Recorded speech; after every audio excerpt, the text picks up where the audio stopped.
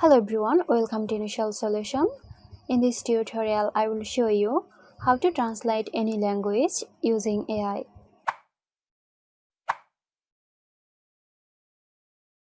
To translate any language, I'm going to use ChatGPT. First, open ChatGPT on your computer or phone, then sign into your account.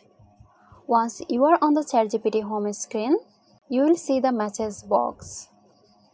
This is where you can enter your text and ask ChatGPT to translate it. Now type or paste the text you want to translate. For example, let's translate this. Once you write down your text, send the prompt. ChatGPT will provide the translated version.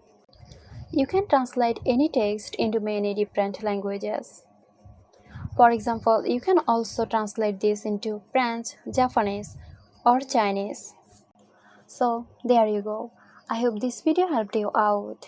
Stay tuned for more helpful tutorials here at Initial Solution.